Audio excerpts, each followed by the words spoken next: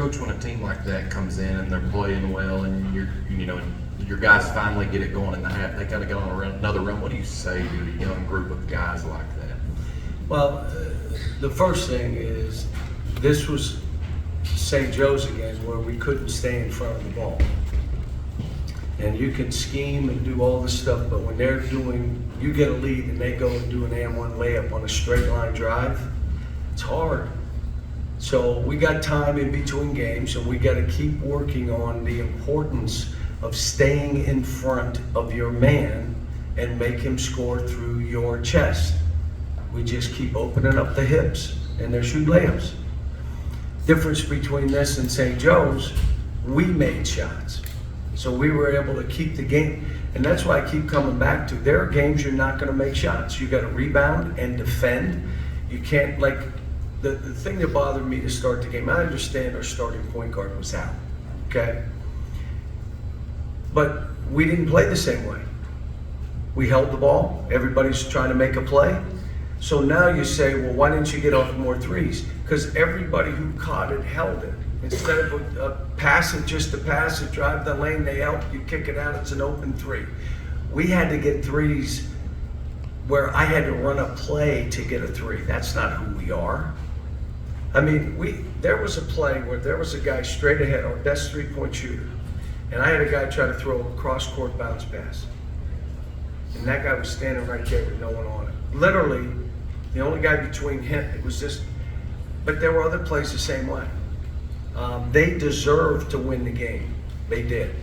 I would have liked to have tried to steal the game from them, but they deserved to win it. They played well, they shot well. They have 12 turnovers. Imagine we had more turnovers than they did. We had 8 at halftime. Or 9, whatever it was. I'm like, guys, and they were all because we're trying to make the hardest possible play instead of just easy plays. We got stuff to learn. You know what? This is all part of it. You win and you learn. This was learned. We better guard the ball better. Yes. You kind of mentioned to the point of the season where it's so weak between games, other than staying in front of your man, guarding the ball, what are 1 or 2 things that this team really needs to work on over this next month? Well, we got to make sure we don't revert back to holding the ball. That's you have coaches calling me, I love watching your team. If they watch this game, they did not love watching this team. So what was the difference? We could say it was one guy, but I'm saying, like, all of it, why did we do that? Sometimes you got to stick your hand in the fire and get burned to know I don't like this feeling. I was saying in huddles, you having fun? I'm not having fun. Why won't you pass it to each other? We had post-ups available, and a guy drove it and tried to shoot it, turn it over. Like, what? But that's what happens with young teams.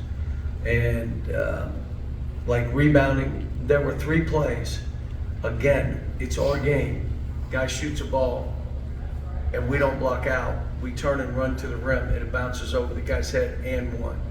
Very next play, the same thing. The guy blocks out like that instead of meeting him in and 1, and then gets his 4th foul. I mean, those are all correctable. But again, that's a good team. I got to give it to them. They and I knew it. I told them prior to the game, after watching the tape, I'm like, why are we playing this game? But that's part of what this team will go through. Now, you guys know we can play with anybody in the country, and we can lose to anybody in the country. And we'll play the right way. We get better defensively. We rebound. We'll be fine. Said you can't do it with young guys. Well, we've kind of done it with young guys. But staying in front of the ball now, you may have had a player on my team. What was your favorite player in the history? If he got beat 17 times on straight line drives, I can go down the line. It wasn't just one guy now. Look. And we just got to get better at it. John, can you put your finger on why you think they reverted to just holding the ball? I have no idea. How surprised were you that? Very surprised. I thought the other team was who we were. So basically, I keep coming back to dominant habits.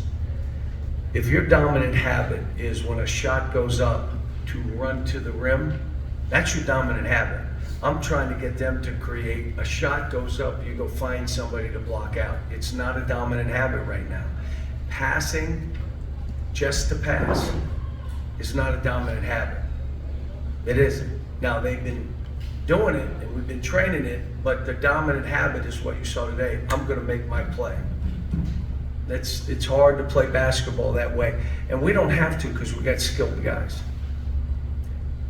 I would tell you that there are some guys playing on this team that because they're on this unselfish team, they really look good. And they've made other people look good.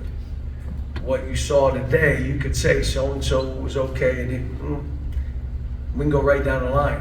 Why didn't he play to the level where he was? We didn't do this together. But it's a good lesson. But believe me, it wasn't just offense. It wasn't. Got to stay in front of people. John, you talk about a young team, learning.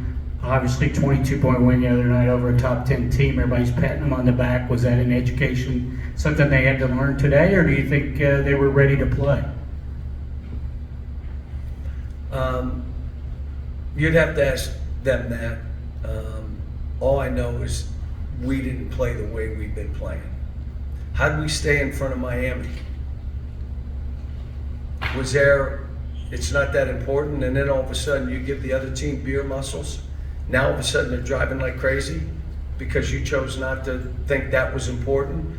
And your dominant habit is a guy drives, you open up your hips, and he just goes right down the lane on the straight line drive versus I'm retreating. And if you're ever in our practice, it's stuff we do every single day to try to create that dominant habit. But it's hard. It's hard. And I'm, you guys know I hate losing, but we got to go through stuff like this. Like if we had won this game, at the end something happened, they miss free throws, they don't make that jump shot, we come down and do it, and we make, I'm not sure what happens other than we're all happy, sheesh, we just won. I mean, this is, but I'm not taking away from what UNC Wilmington did. They played their butts off, and they deserved to win the game.